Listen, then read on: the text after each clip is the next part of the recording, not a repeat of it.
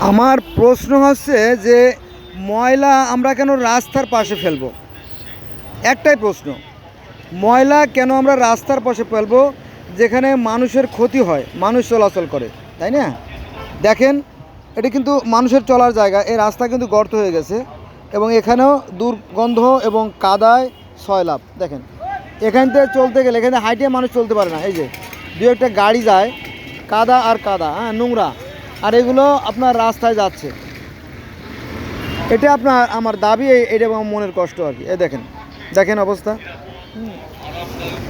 আর এগুলো যদি আমরা প্রসেসিং করতাম, যেমন প্লাস্টিক দিয়ে আমরা বাঁশের ক্লাম এর বিকল্প কিছু একটা তৈরি করতে পারতাম, তারপরে বেড়া তৈরি করতে পারতাম, বা আপনার প্লাস্টিকের চাল তৈরি করতে পারতাম গ্রামে যেগুলো ব্যবহার করে, এগুলো আমরা করতে পারতাম। কিন্তু এই ধরনের উদ্যোগ